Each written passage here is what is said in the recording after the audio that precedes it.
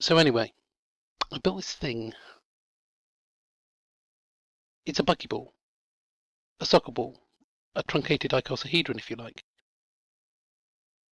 It's made from 20 plywood hexagons that I bought from eBay, 120 pop-rivets and 30 hinges.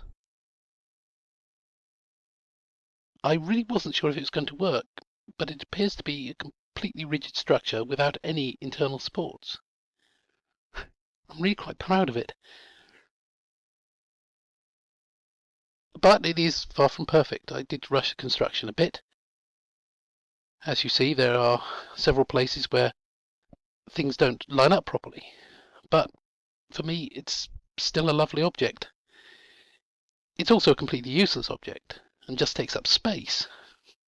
I'd quite like to build another one, a bigger or better one, but I really can't justify it.